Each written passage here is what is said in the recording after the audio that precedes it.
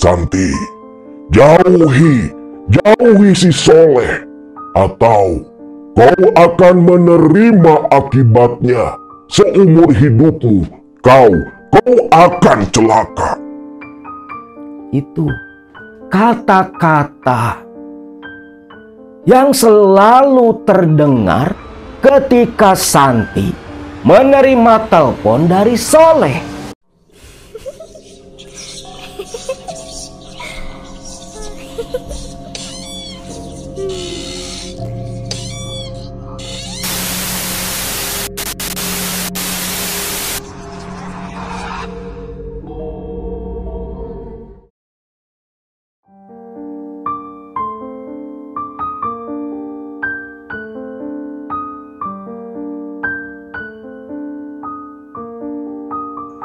Kisah kali ini dibagikan langsung oleh salah satu baraya akang dari daerah Cianjur.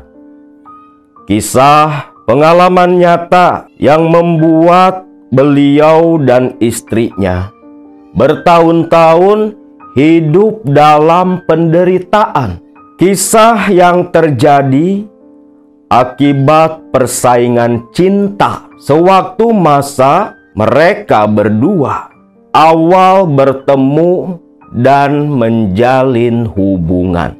Soleh, seorang lelaki kelahiran Cianjur, Sukaluyu, Ciranjang, sekitar tahun 2005 yang silam. Soleh yang kala itu berusia 19 tahun.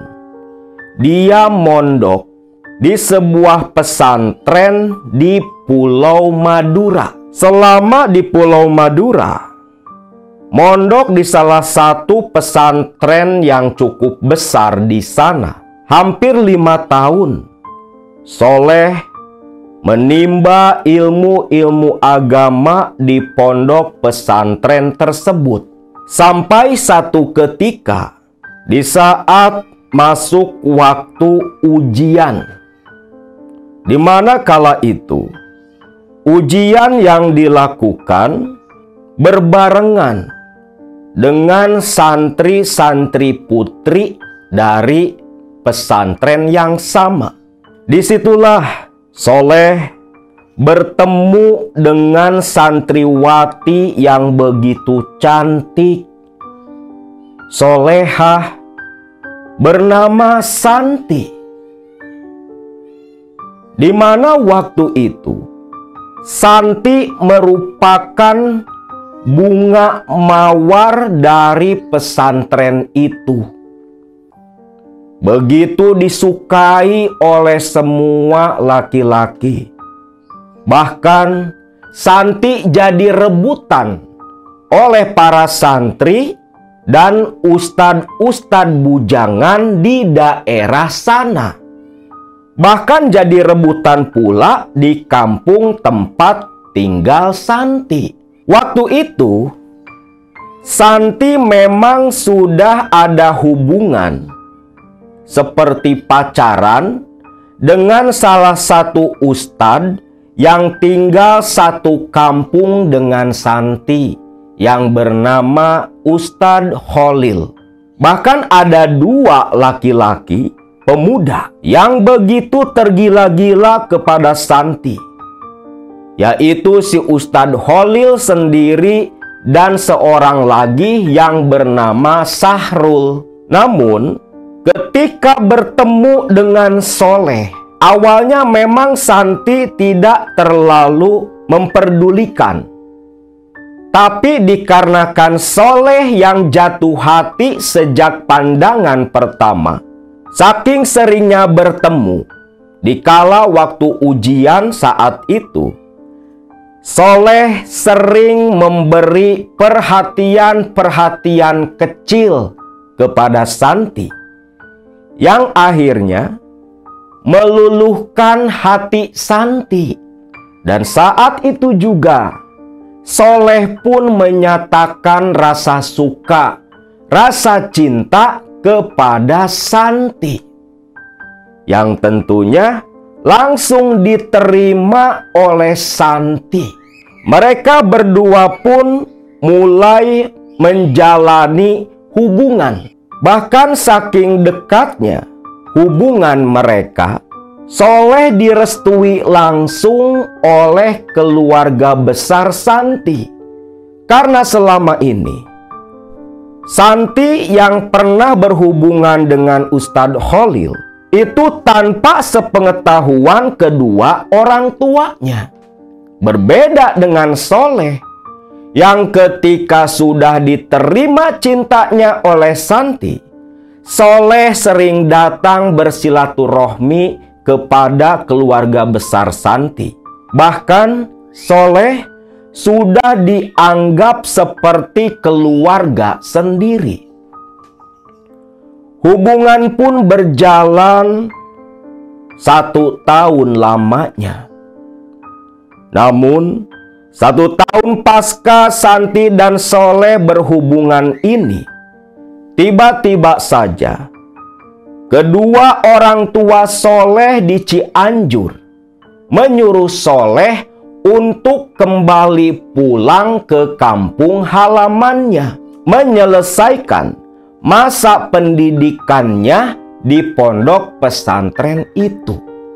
Kaget dan berat hati, Soleh mendapat permintaan dari kedua ibu bapaknya untuk pulang. Namun apa daya, perintah orang tua wajib Soleh tunaikan. Maka malam itu pun Soleh berkunjung ke rumah kedua orang tua Santi di sebuah kampung yang tak jauh dari pesantren tempat dia belajar.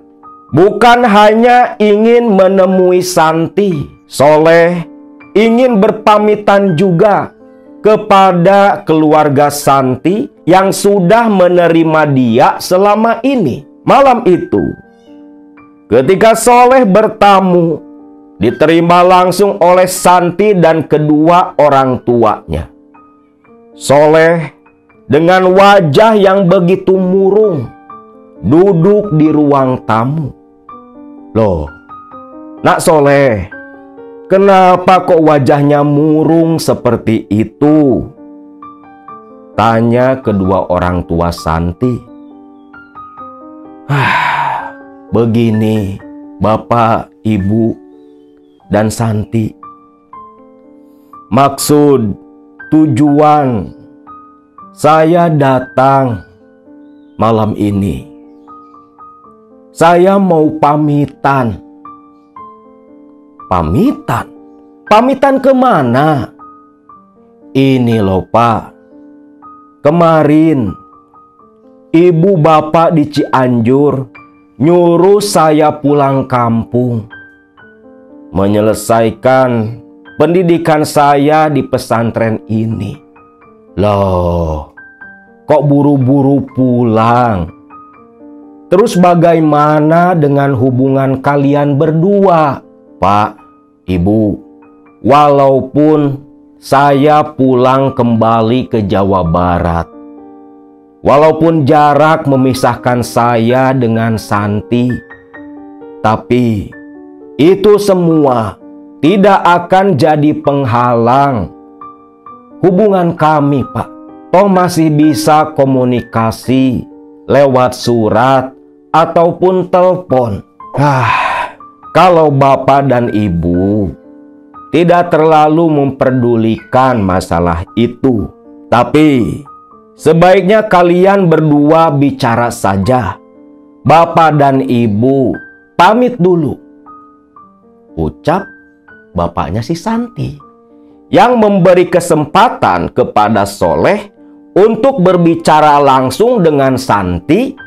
Karena terlihat jelas Santi seperti yang kaget, sedih, dan tak rela tatkala Soleh bilang dia mau pulang ke Cianjur.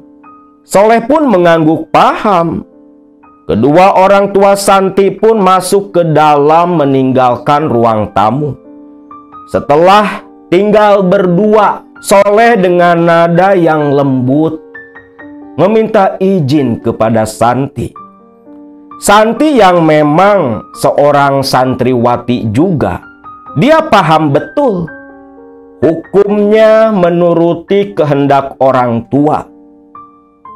Dengan berat hati, Santi dengan nada yang terseduh-seduh, dia merelakan Soleh pulang kembali ke Cianjur, di mana Soleh berjanji komunikasi tidak akan pernah terputus di antara mereka.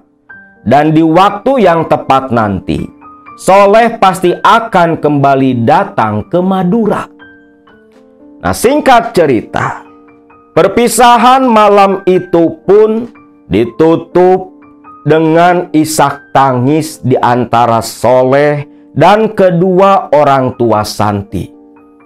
Dengan berat hati, langkah yang penuh beban kerinduan meninggalkan sang pujaan hati, Soleh melangkah keluar dari rumah kekasihnya, kembali ke Kobong di pesantren tempat dia menimba ilmu. Namun siapa sangka, selepas Soleh berpamitan malam itu, ketika Soleh masih di Madura, dalam persiapan untuk kembali pulang ke Jawa Barat, Soleh mendapat kabar dari Santi kalau beberapa waktu yang lalu, selang sehari setelah Soleh pamitan, si Ustadz Holil datang menemui Santi. Di mana maksud menemui Santi? Si Ustadz Holil ini, selain menyatakan kembali rasa cintanya, juga berniat mau meminang Santi. Namun waktu itu Santi menolak mentah-mentah.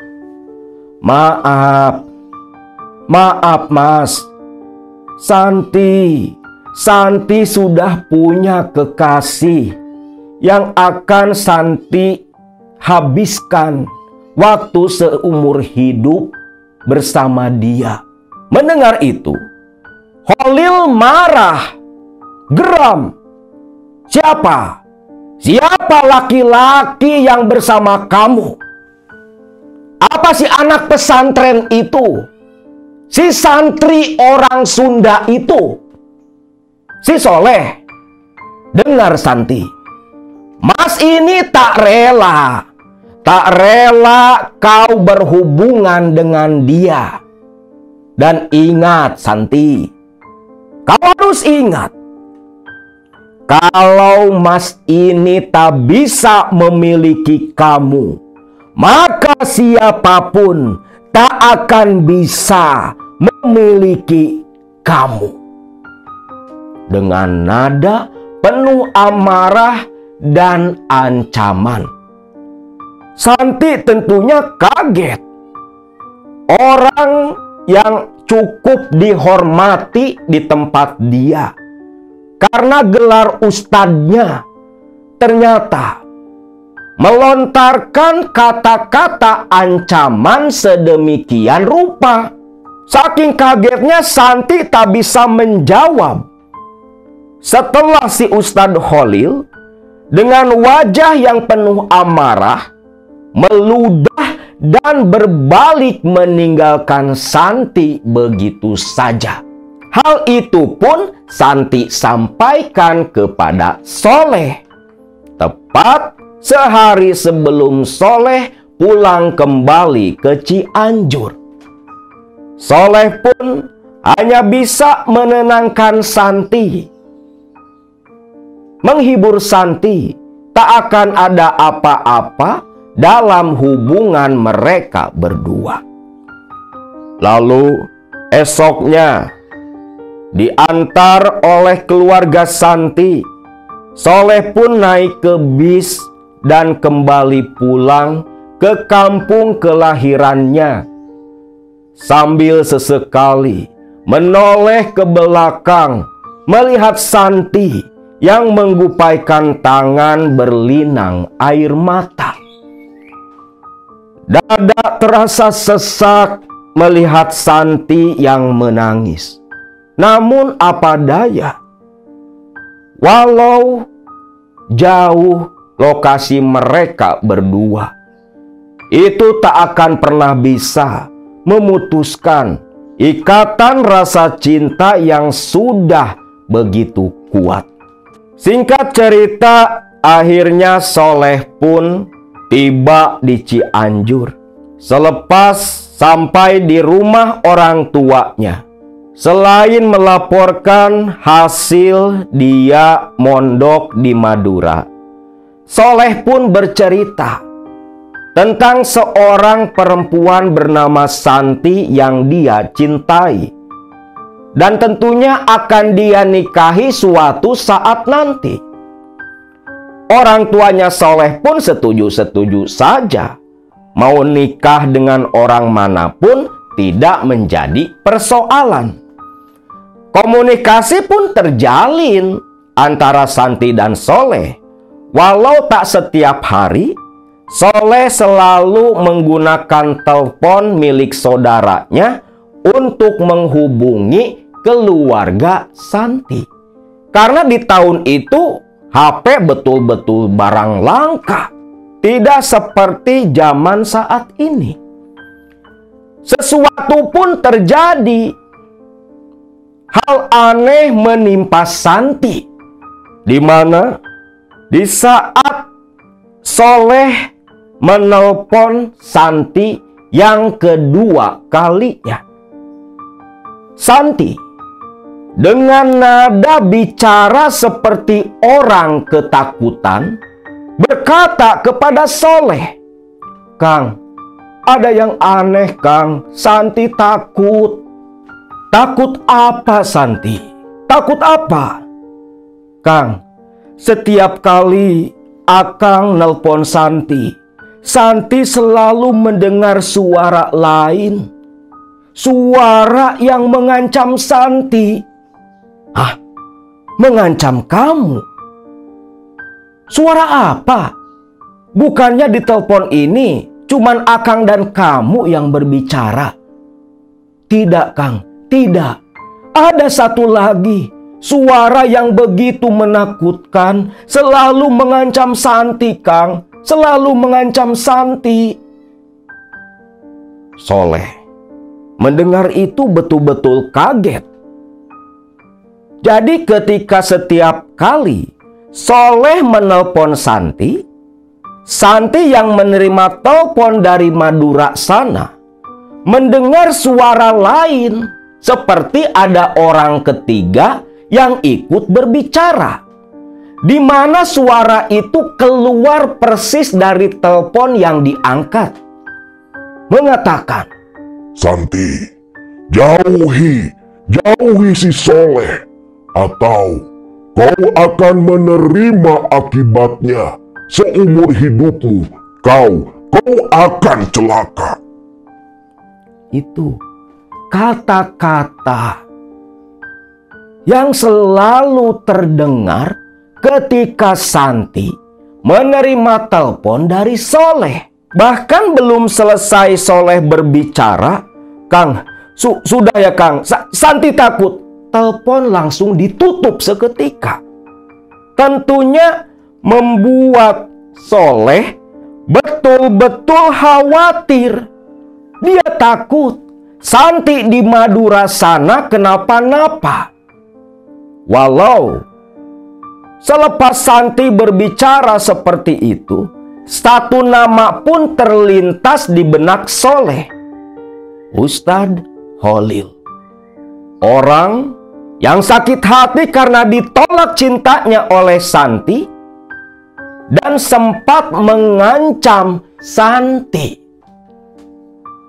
Beberapa hari itu Soleh tak bisa tidur sama sekali. Soleh berusaha menghubungi Santi kembali. Namun apa daya, seolah Santi tak mau menerima panggilan dari Soleh. Soleh pun hidup jadi tak tenang karena terus kepikiran Santi orang yang paling dia cintai. Sampai tak terasa 5 bulan sudah berlalu. Dan selama 5 bulan itu, komunikasi dengan Santi betul-betul terputus. Beberapa kali Soleh berusaha menelpon ke sana, tapi tak pernah tersambung. Soleh tak bisa lepas dari bayangan Santi. Selalu takut sesuatu terjadi menimpa Santi di Madura sana. Sampai satu ketika, pasca 5 bulan tak ada komunikasi sama sekali, ada telepon ke keluarga Soleh. Yang ternyata yang menelpon itu adalah Yani, saudara sepupunya Santi yang tempat tinggalnya berdekatan dengan Santi. Soleh yang dikabari oleh keluarganya buru-buru lari ke rumah saudaranya itu. Menelpon balik Yani. Ketika diangkat oleh Yani, Soleh bertanya, "Yan, bagaimana keadaan Santi? Sudah 5 bulan lebih, tak ada komunikasi. Bagaimana kabarnya?" Namun, jawaban yang mengejutkan pun keluar dari Yani. Di mana menurut Yani, sudah 5 bulan Santi sakit. Dengan sakit yang begitu aneh. Di mana menurut Yani, ketika dia bercerita lewat telepon, "Leh, Santi sudah seperti bukan Santi yang dulu, yang kita kenal. Dia bertingkah aneh setiap hari. Sakitnya betul-betul tak bisa diobati." "Loh, sakit apa? Apa yang terjadi kepada Santi?" tanya Soleh yang khawatir. Lalu Yani pun cerita. Beberapa bulan lalu, saat itu menjelang waktu maghrib, ibu dan bapaknya Santi ketika mendengar azan maghrib mau pergi ke masjid. "San, mau ikut ke masjid bareng gak sama bapak dan ibu?" "Nanti saja Pak, Santi sholat di rumah," ucap Santi dari dalam kamar. Ibu bapaknya pun tidak berkata apa-apa lagi. Langsung meninggalkan rumah, pergi sholat berjamaah di masjid kampung mereka. Nah, namun selepas sholat maghrib, ibunya Santi hatinya begitu resah dan khawatir.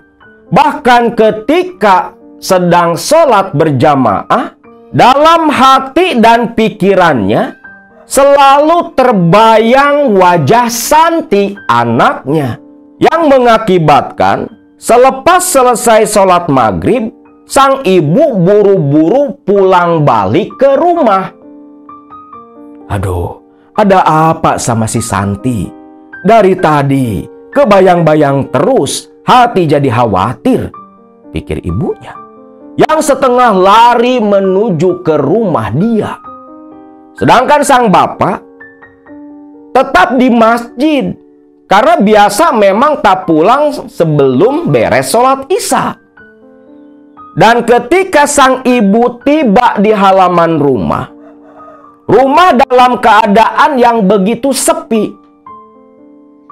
Pintu dia dorong, namun ketika pintu didorong, dibuka, ibunya Santi mendengar Santi menangis dari dalam kamar. "Loh, Santi, kenapa?" tanya sang ibu sambil mengetuk-ngetuk pintu. Namun yang aneh, suara tangisan Santi malah disambung dengan tawa cekikikan dari Santi sendiri. Menangis dan tertawa bergantian tentunya membuat sang ibu khawatir. Karena terdengar Santi ini seperti orang gila. Nangis tertawa sendiri. Akhirnya ibunya Santi pun lari balik ke masjid menjemput suaminya. Ketika berlarian bersama sang suami dan ketika tiba sampai kembali di rumah, bukan menangis dan tertawa, Santi malah menggeram seperti orang kerasukan. "Pak, Santi, Pak, buka pintunya, Pak."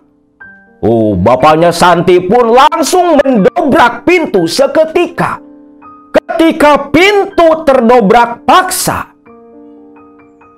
di dalam Santi sedang duduk di pojokan kamar sambil memeluk lutut. Tadi menggeram, sekarang dia kembali menangis. Ibu bapaknya kaget melihat tingkah Santi yang seperti itu. Rambut panjangnya terurai acak-acakan. Duduk, memeluk lutut sambil terus bergoyang-goyang. Dari bibirnya terus keluar kata-kata yang nyerocos tak jelas. Santi, kamu kenapa, San? Kamu kenapa?" Santi tak menjawab. Bahkan seperti tak menyadari ada orang tuanya di dalam kamar. Santi terus nyerocos dengan pandangan mata yang begitu kosong. Orang tua Santi bingung apa yang terjadi kepada anak mereka. "Loh, Santi, kamu kenapa? Santi!" Diguncang-guncang tubuh Santi, tapi Santi tetap tak merespon sama sekali. Seolah tubuh Santi dikendalikan oleh makhluk lain. Bahkan tiba-tiba ketika kedua orang tua Santi yang begitu panik, Santi yang tadinya nyerocos tak jelas hanya menggerak-gerakkan badan, pelan-pelan berbalik menatap kepada kedua orang tuanya. Membuat kedua orang tua Santi terkesiap sampai tak sengaja, tak sadar mundur menjauh dari ranjang ketika Santi menatap wajah orang tuanya. Wajah Santi seperti yang penuh dengan amarah, matanya melotot tajam. Lalu keluar geraman dari bibir Santi. "Loh, Santi, kamu kenapa, Nak? Kamu kenapa? Nyebut. Santi malah semakin menggeram penuh amarah. Pergi kalian, pergi. Pergi. Suaranya berat. Yang jelas itu bukan suara Santi, tapi suara laki-laki. Ibu bapaknya bingung. Sedangkan bapaknya Santi langsung membaca ayat-ayat suci, doa-doa yang dia tahu. Bukannya Santi reda, yang ada malah mengamuk di dalam kamar. Sampai mau loncat menerkam orang tuanya sendiri. Yang lantas ibunya Santi yang ketakutan menjerit, membuat para tetangga yang sedang di jalan pulang dari masjid berlarian menuju rumah Santi. Orang tua Santi sudah mundur ke ruang tamu karena Santi terus menggeram dan merangkak seperti seekor harimau, menyeringai menunjukkan giginya layaknya binatang buas. Dengan rambut yang begitu acak-acakan merangkak mau keluar dari dalam kamar. Bapaknya Santi dengan panik terus membaca ayat-ayat. Namun dalam waktu yang begitu singkat, tiba-tiba pintu yang sudah terdobrak kembali tertutup sendiri begitu kencang. Melihat pintu yang mendadak tertutup dan terkunci, ibunya Santi berlari dan berusaha menggedor pintu.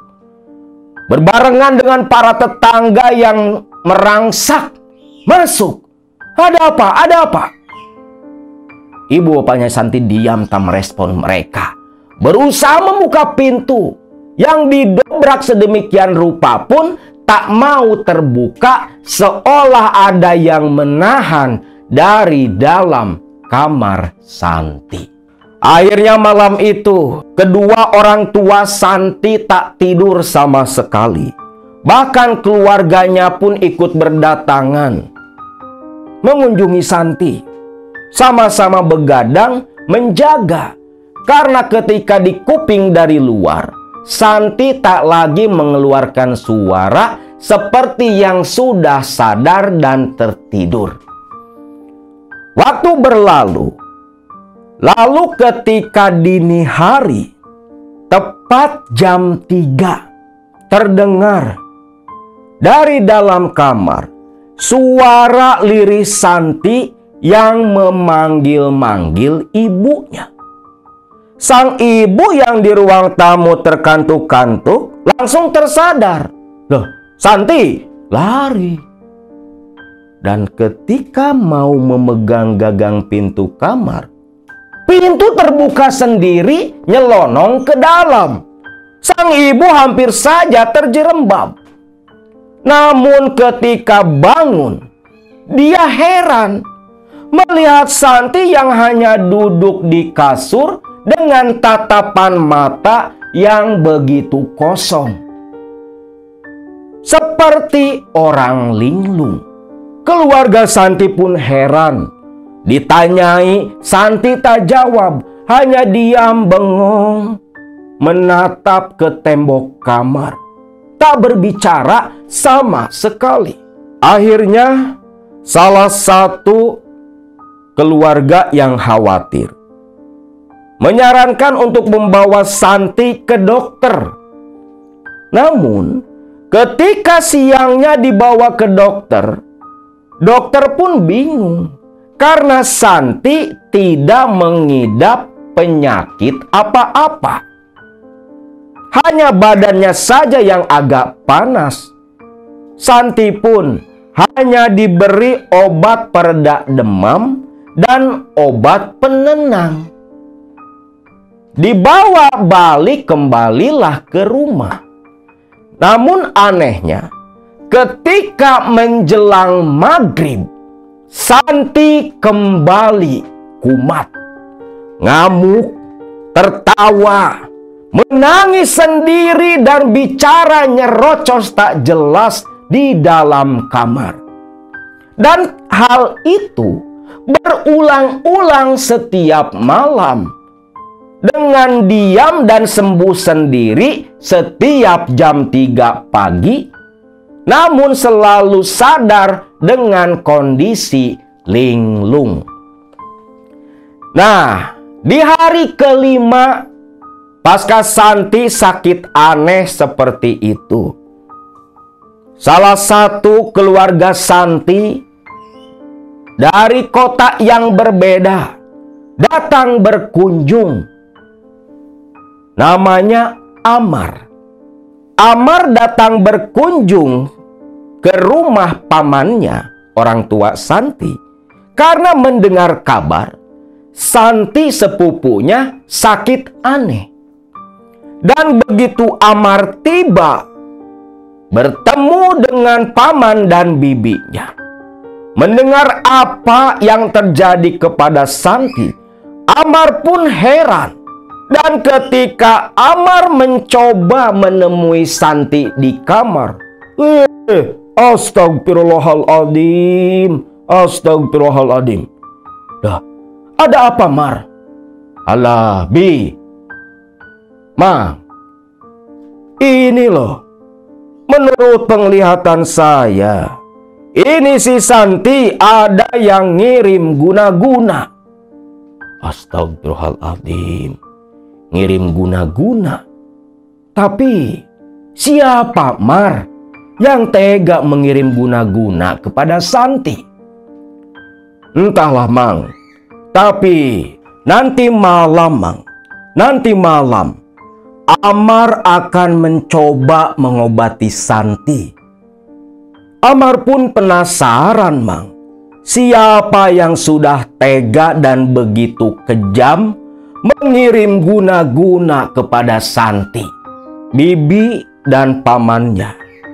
Orang tua Santi berharap banyak kepada Amar, karena memang Amar ini dikenal memiliki berbagai ilmu-ilmu hikmah dan sudah terbiasa juga mengobati penyakit-penyakit aneh seperti yang dialami oleh Santi. Singkat cerita, malam harinya Amar yang menginap waktu itu, dia pun dengan ilmu-ilmu yang dia punya mencoba untuk memecahkan masalah Santi, berusaha menyembuhkan dan mengobati Santi. Amar duduk di dalam sebuah kamar di rumah itu, mengamalkan amalan-amalan yang dia punya. Namun, setelah cukup lama Amar duduk wirid di dalam kamar, di mana keluarga lain menunggu dengan cemas. Ketika pintu terbuka, semua pandangan langsung tertuju kepada Amar. Sedangkan Amar, raut wajahnya begitu terlihat kelelahan dan mendekat ke keluarga yang lain yang menunggu di ruang tamu. Mar, bagaimana? Bagaimana Mar? Apa Santi masih bisa kau obati? Aduh, terus terang saja, Amar tak sanggup mengobati Santi. Semua orang pun lemas seketika. Sedangkan Santi sendiri terdengar sedang tertawa-tawa di dalam kamar yang terkunci. Aduh, lantas bagaimana Mar? Ya, mau bagaimana lagi? Namun, dari apa yang tadi Amar lihat, di penglihatan batin Amar, orang yang mengirim guna-guna kepada Santi, ternyata si Ustadz Holil. Dia dendam dan tidak terima karena Santi menolak cintanya. Kurang ajar, ucap bapaknya Santi yang langsung naik pitam. Wih, tenang Mang, tenang, duduk. Ingat Mang, perkara seperti ini tak bisa kita buktikan karena tak ada bukti dohir, bukti nyata untuk memberatkan. Kita berusaha saja melepas dan memutus guna-guna kiriman dari dukun yang disuruh oleh si Ustadz Holil agar reda amarah ibu bapaknya Santi. Tapi kemana Mar? Ada Mang, ada. Mamang dan Bibi pun pasti tahu. Di kampung sebelah ada Mbah Tolang, dukun sakti yang sering menyembuhkan penyakit seperti ini. Mbah Tolang? Oh iya, Mamang baru ingat. Lantas apa Santi kita bawa saja ke sana? Kita bawa saja Mang. Saya yakin dengan kesaktian Mbah Tolang, Santi bisa sembuh seperti sedia kala. Lalu malam itu juga diiringi dengan suara tangis, tawa, dan geraman penuh amarah dari dalam kamar Santi. Keluarga berdiskusi dan sepakat esok paginya akan membawa Santi ke kampung sebelah berobat ke Mbah Tolang, atau biasa disebut juga dengan sebutan Mbah Tulang. Waktu pun berlalu. Seperti biasa, jam 3 dini hari Santi sembuh sendiri. Hanya saja kondisinya seperti orang linglung. Pagi-pagi sekalipun Santi dibawa oleh keluarga ke kampung sebelah menemui Mbah Tolang. Entah siapa nama aslinya, namun orang-orang sudah biasa menyebutnya dengan sebutan Mbah Tolang. Mungkin kawan-kawan yang tinggal di Madura ada yang mengenal beliau. Sosok orang sakti yang sudah tua, dengan tubuh kurus kering. Dan karena kondisi fisiknya itulah, warga sering menyebutnya dengan nama Mbah Tolang. Sesampainya di rumah Mbah Tolang, Santi pun dibawa masuk ke dalam, diiringi dan disertai oleh orang tuanya. Mbah Tolang yang melihat kondisi Santi yang hanya diam. Sudah berapa lama anak kalian ini kena guna-guna? Ini bukan main-main. Ini teluh, ini santet yang membuat korban menjadi gila dan mati perlahan. Kaget dong keluarga yang mendengar ucapan Mbah Tolang. Tapi kalian jangan khawatir. Santi akan Mbah coba obati dan pasti sembuh. Hanya saja Santi harus diam di sini selama 3 hari karena pengobatannya tak bisa sekaligus, harus bertahap, ucap si Mbah Tolang. Langsung saja disetujui oleh keluarga Santi yang mengantar. Namun bapaknya Santi yang masih penasaran, dia bertanya kembali, "Mbah, menurut si Mbah, ini sebenarnya siapa yang mengirim guna-guna kepada Santi?" Mbah Tolang pun langsung diam, memejamkan mata. Lalu tak lama, "Apa kalian kenal dengan orang yang bernama Khalil?" Biasa dia dipanggil Ustadz. Pucat pasi seketika. Bahkan wajah bapaknya Santi langsung berubah merah, penuh amarah. Ternyata apa yang diucapkan Mbah Tolang sama betul dengan apa yang diucapkan Amar. Kalau memang betullah Ustadz Khalil yang sudah dengan kejam mengirim guna-guna kepada Santi anaknya. Melihat bapaknya Santi yang murka, Mbah Tolang pun menenangkan. Karena ya seperti itu. Mau melabrak atau menuntut si Ustadz Khalil, tak ada bukti. Karena ucapan atau hasil penerawangan itu tak bisa dibuktikan. Apalagi kalau menggunakan jalur ranah hukum. Akhirnya bapaknya Santi pun berusaha meredam amarahnya sendiri. Lalu Santi disuruh istirahat di sebuah kamar yang memang dikhususkan untuk para pasien yang berobat di kediaman Mbah Tolang. Pengobatan pun dilakukan malam hari, di mana pada malam pertama Santi diurut sekujur badannya oleh Mbah Tolang, disaksikan dan ditemani oleh ibu dan bapaknya. Selepas diurut sekujur tubuhnya, lalu Mbah Tolang keluar dari kamar pengobatan. Tak lama kembali masuk ke dalam, memberikan air yang sudah dia doakan untuk diminumkan langsung kepada Santi. Santi pun langsung meminum air doa dari Mbah Tolang. Nah, selepas minum air doa, ada sedikit perubahan di wajah Santi.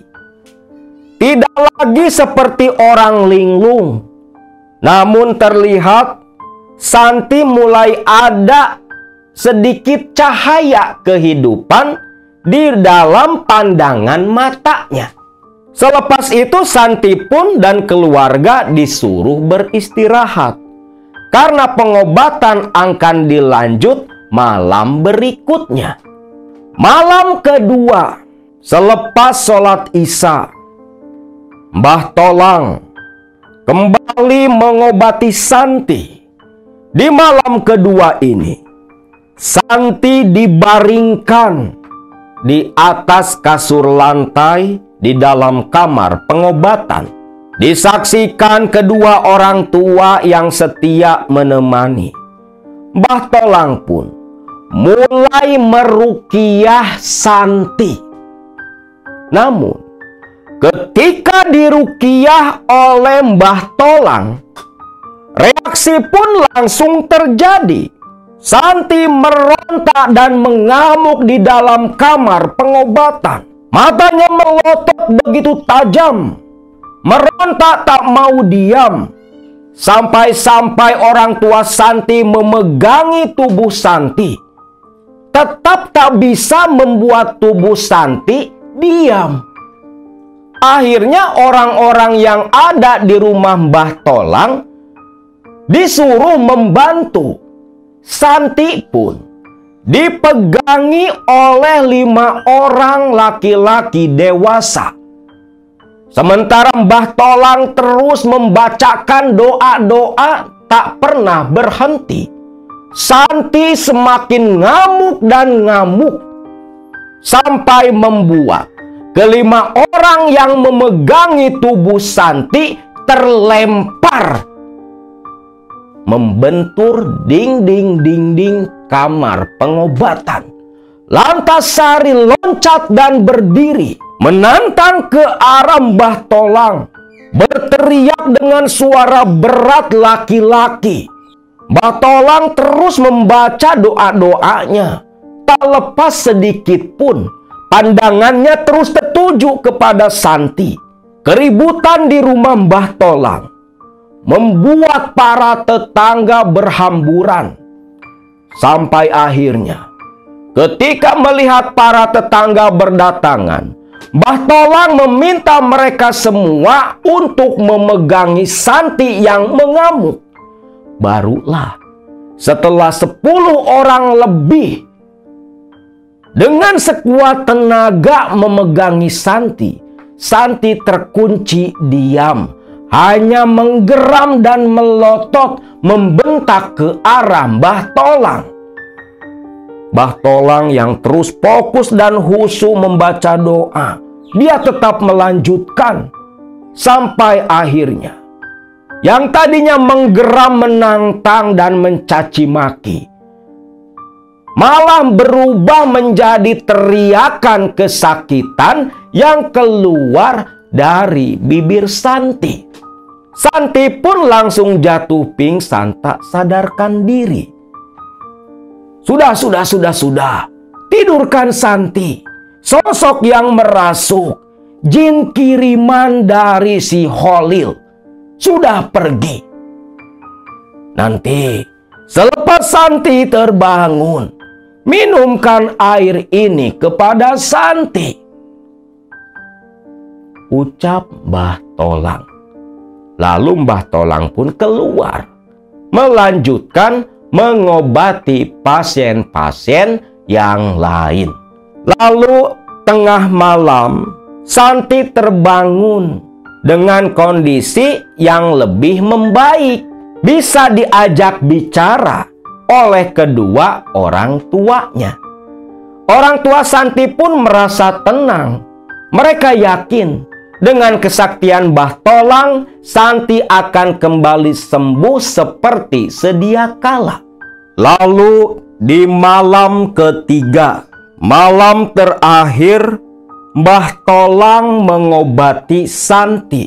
Jam 9 malam, Santi yang sudah mulai pulih dibawa Mbah Tolang berikut dengan kedua orang tuanya ke belakang rumah Mbah Tolang, di mana di malam terakhir ini Santi akan dimandikan dengan air kembang oleh Mbah Tolang. Lalu Mbah Tolang menyuruh kedua orang tua Santi membuka dan menanggalkan seluruh pakaian yang dikenakan oleh Santi. Tentunya Santi pun dalam kondisi telanjang bulat. Lalu Santi dibaringkan di atas sebuah dipan bambu, yang dimana di bawah dipan bambu ada sebuah kuburan. Kuburan dengan nisan batu, layaknya kuburan-kuburan kuno di tempat-tempat keramat. Dipan bambu yang cukup untuk orang dewasa telentang. Dan di bawahnya ada kuburan. Santi pun dibaringkan.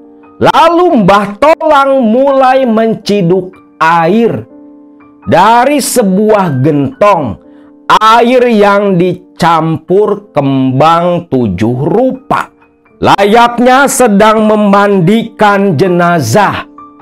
Mbah Tolang mengucurkan dan menyiramkan air dari mulai wajah kepala Santi sampai ke ujung kaki. Sambil tak henti-hentinya Mbah Tolang terus bibirnya kumat kamit membaca-baca sesuatu. Orang tua Santi hanya diam memperhatikan dengan perasaan yang begitu tegang. Santi terus disiram dengan air kembang sampai air kembang dalam gentong habis tak tersisa. Dan sepanjang Santi dimandikan itu, Santi tak henti-hentinya mengeluarkan erangan, rintihan. Namun ketika cidukan gayung terakhir, Santi pun mulai tenang dan terdiam. Selepas selesai memandikan Santi, Santi tetap dalam posisi telanjang dan terlentang di atas dipan bambu yang di bawahnya ada kuburan. Lalu Mbah Tolang merogoh sesuatu dari dalam saku baju, yang ternyata ketika diambil berupa minyak dalam botol. Minyak berwarna merah yang langsung dikenali oleh kedua orang tua Santi itu minyak japaron. Lalu minyak japaron pun dituangkan ke telapak tangan Mbah Tolang yang kurus kering dan keriput.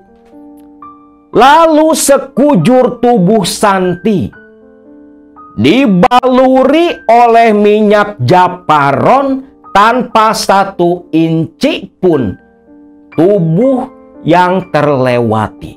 Kulit, rambut kepala, sampai kuku kaki dan sela-sela jari, semua dibaluri minyak japaron merah oleh tangan Mbah Tolang sambil bibirnya terus komat kamit. Santi pun disuruh bangun dan telungkup. Bagian belakang tubuh Santi pun kembali dibaluri minyak japaron. Seluruh rambut dibasahi minyak japaron juga. Tak ada sehelai pun yang tertinggal. Sampai 1 botol minyak japaron merah habis tak tersisa. Sudah selesai. Bangun nak Santi, kenakan kembali pakaianmu, ucap Mbah Tolang sambil tersenyum. Melihat senyum Mbah Tolang, kedua orang tua Santi pun merasa begitu lega. Mereka yakin Santi pasti akan pulih dan sembuh.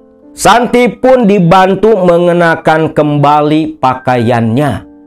Lalu Mbah Tolang kembali berkata, "Sekarang antarkan Santi ke kamar tidurnya. Namun, jangan ada satu orang pun yang menemani. Lampu matikan, harus dalam keadaan gelap. Santi, biarkan tidur sendiri di dalam kamar pengobatan," pesan Mbah Tolang. Orang tua Santi pun paham, lalu bersama-sama kembali masuk ke rumah Mbah Tolang. Santi diantar ke dalam kamar pengobatan, disuruh tidur, lalu orang tua Santi keluar, mematikan lampu kamar dan menutup pintu, dikunci dari luar. Orang tua Santi tak tertidur semalaman, menunggu-nunggu sampai pagi tiba, ingin lekas mengetahui dan melihat kondisi Santi. Sedangkan Mbah Tolang sendiri terus-terusan meyakinkan Santi akan sembuh, Santi akan pulih. Dan ketika pagi harinya, buru-buru bapaknya Santi setengah lari memutar anak kunci. Pintu dibuka, nampaklah Santi yang langsung bangun dengan kondisi yang betul-betul membaik. Langsung mendekat, diikuti sang istri. "Santi, bagaimana perasaan kamu?" "Alhamdulillah Pak, sekarang pikiran Santi lebih jernih. Badan Santi pun terasa lebih ringan, tak berat seperti kemarin-kemarin." "Alhamdulillahirabbil alamin," ucap bapaknya Santi, yang langsung sujud syukur di dalam kamar mendengar Santi sudah pulih. Ibunya Santi tersenyum bahagia, memeluk Santi dengan penuh sukacita. Dan selepas mereka menyelesaikan segala urusan dengan Mbah Tolang di pagi itu, dengan penuh sukacita dan tiada henti berterima kasih, kedua orang tua Santi pamitan kepada Mbah Tolang kembali pulang ke rumah mereka. Kabar Santi yang sudah pulih dari sakit tentunya membuat keluarga besar Santi bersukacita. Semua kerabat termasuk Amar datang berkunjung. Santi sudah bisa kembali tertawa dan tersenyum. Betul-betul sepertinya Santi sudah sembuh total dari guna-guna yang menimpa dirinya. Namun, 4 hari pasca pulang dari kediaman Mbah Tolang, di waktu maghrib, Santi yang diajak sholat berjamaah ke masjid dengan mengenakan mukena berjalan bersama ibu dan bapaknya. Namun, tatkala adzan berkumandang dari masjid, Santi dan orang tuanya masih di perjalanan. Tiba-tiba saja Santi mengamuk seketika. Santi kembali kesurupan, yang membuat ibu bapaknya kaget dan panik. Bahkan orang-orang di sekitar langsung mengerumuni Santi. Santi berontak ketika dipegangi, melotot menggeram penuh amarah. Lalu Santi pun dibantu beberapa tetangga dibawa kembali pulang dan dimasukkan ke dalam kamar. Sepanjang perjalanan pulang, Santi tak henti-hentinya berontak, mencaci maki dan membentak. Tentunya suara yang keluar dari mulut Santi adalah suara laki-laki. Melihat Santi yang kembali kumat membuat orang tua Santi begitu khawatir. Lalu orang tua Santi menyuruh salah satu kerabat menemui Mbah Tolang. Namun 1 jam kemudian, kerabat yang ditugaskan menemui Mbah Tolang sudah kembali seorang diri. Ketika ditanyai, si kerabat itu berkata kalau Mbah Tolang, dia menyerah dan tak sanggup mengobati Santi. Karena Mbah Tolang sendiri mendapat ancaman dari sosok jin yang ditugaskan mengguna-guna Santi. Panik seketika. Bahkan semalaman itu Santi tak henti-hentinya mengamuk dalam kamar yang terkunci. Barang-barang di dalam kamar dilempar dan dihancurkan sampai tak tersisa. Kaca, beling, cermin, lemari berserakan di lantai. Sedangkan Santi hanya loncat-loncat di ranjang sambil tertawa-tawa seperti orang gila. Pagi harinya, Santi mulai tenang, tapi kondisi seperti dulu, linglung kembali. Pintu pun akhirnya dibuka. Dan Santi hari itu juga atas saran salah satu tetangga dibawa berobat ke praktisi yang lain. Namun yang ada, semua praktisi yang didatangi tak ada satupun yang sanggup mengobati Santi. Semua menyerah. Bahkan kondisi Santi lebih parah dari sakit yang pertama. Selain tertawa, menangis, bicara sendiri, Santi pun sering melukai tubuhnya, memukul-mukul badan sendiri sambil tertawa-tawa, yang akhirnya membuat Santi dipasung di dalam kamarnya sendiri. Makin memburuk kondisi Santi. Tak ada orang yang bisa mengobati sama sekali. Tak ada yang bisa. Ustadz, kiai, dukun, semua sudah didatangi. Santi seperti orang gangguan jiwa. Bahkan di dalam pasungan pun, setiap kali waktu maghrib datang, Santi selalu seperti orang ketakutan berteriak, "Pergi, pergi, pergi!" Itulah teriakan Santi dalam pasungan.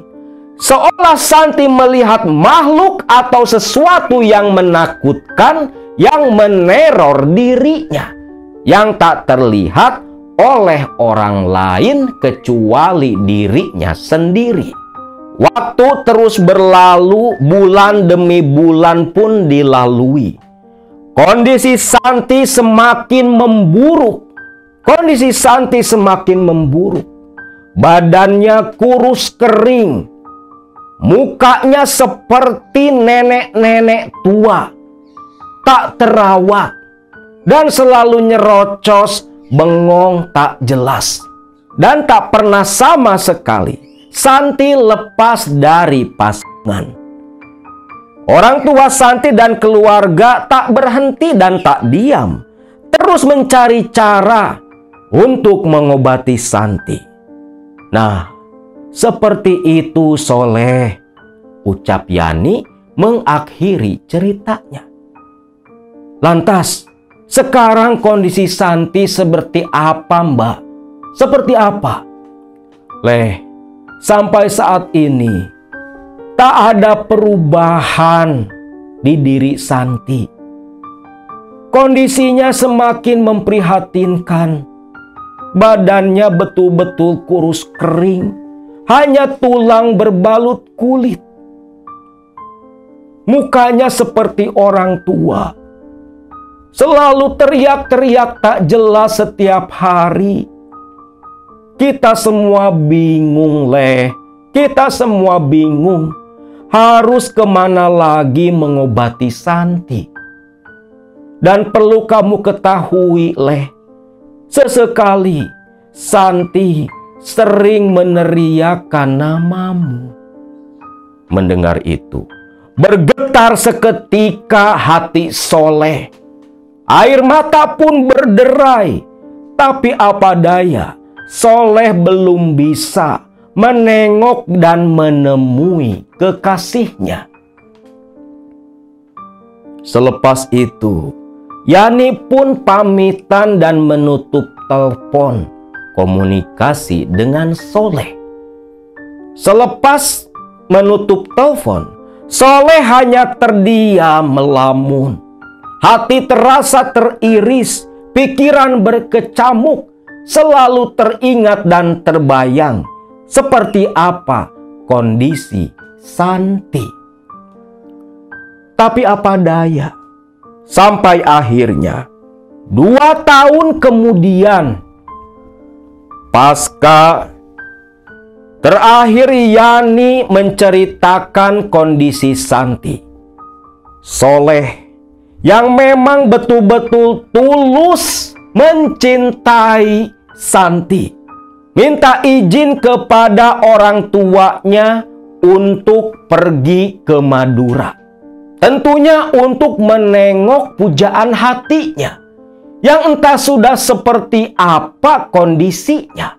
Sesampainya di Madura, 50 meter ke arah rumah Santi, Soleh turun dari kendaraan yang dia tumpangi. Soleh berlari sekuat tenaga. Sampai orang-orang di kampung itu heran melihat kelakuan Soleh. Namun semua orang di situ sudah kenal dengan Soleh. Tak ada yang pangling karena tak ada perubahan dari badan Soleh. Soleh yang memang sudah akrab dengan warga kampung sambil berlari disapa dan tersenyum. Dan ketika sudah dekat ke rumah Santi, Yani yang kebetulan sedang di luar kaget. Soleh, Mbak, di mana Santi, Mbak? Ucap Soleh dengan nada begitu panik. Mendengar suara Soleh yang berteriak di luar, orang tua Santi yang di dalam rumah pun berhamburan keluar menyambut kedatangan Soleh. Ibu bapaknya Santi menangis ketika bertemu dengan Soleh. Soleh pun tak kuasa meneteskan air mata. Lalu ditemani kedua orang tua Santi dan keluarga yang lain yang langsung berkumpul ketika mendengar Soleh datang. Soleh diantar menemui Santi yang dipas di dalam kamar. Ketika pintu kamar terbuka, bau tak sedap pun langsung menyeruak pekat di hidung Soleh. Dengan langkah yang lunglai, pelan Soleh masuk ke kamar. Santi yang kaki dan tangan terikat tali, diam bengong. Soleh dengan nada yang lemah penuh kesedihan memanggil-manggil Santi. Awalnya tak merespon, namun setelah beberapa kali Soleh memanggil Santi, Santi pun menoleh. Ada sedikit perubahan raut wajah ketika Santi menatap lekat ke arah Soleh yang menangis. Lalu dari bibir kering Santi yang sudah lama terkunci rapat, tak pernah berbicara, keluar kata-kata. Kang Soleh, itulah kata yang keluar dari mulut Santi. Soleh yang sudah tak kuasa menahan rasa rindu. Walau kondisi Santi yang seperti itu, dengan penuh kasih sayang, Soleh memeluk Santi. Orang tua dan keluarga Santi yang menyaksikan dari balik pintu, semua terdiam menangis haru melihat dua cinta yang terpisah begitu lama kembali bersatu, walau dalam kondisi yang begitu memprihatinkan. Pelan namun jelas, ketika Soleh menangis memeluk Santi kekasihnya, Santi pun sesenggukan menangis pelan. Air mata mengucur, tangan berusaha memeluk pelukan sang kekasih. Bapaknya Santi melihat hal itu tak tega, pelan merangsak masuk, membuka ikatan tali di tangan Santi. Yang seketika Santi dengan tubuh ringkih yang kurus memeluk Soleh, menangis sejadi-jadinya, seolah meluapkan kerinduan, meluapkan rasa sakit yang hampir 3 tahun dia jalani di pelukan Soleh kekasih hatinya. Semua orang bingung. Santi berubah seketika selepas bertemu dengan Soleh kekasihnya. Setelah selesai melepas rindu, melepaskan pelukan, Soleh pun seharian diam di dalam kamar Santi mengajak Santi berbicara. Santi sudah bisa diajak ngomong walau sekali ketemu Soleh. Akhirnya beberapa hari Soleh pun tinggal di Madura.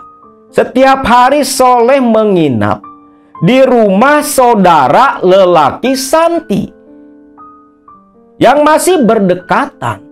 Dan setiap pagi sampai sore pasti ke rumah Santi untuk menemani Santi. Hari demi hari perubahan semakin terlihat nyata. Makin pulih dan makin pulih.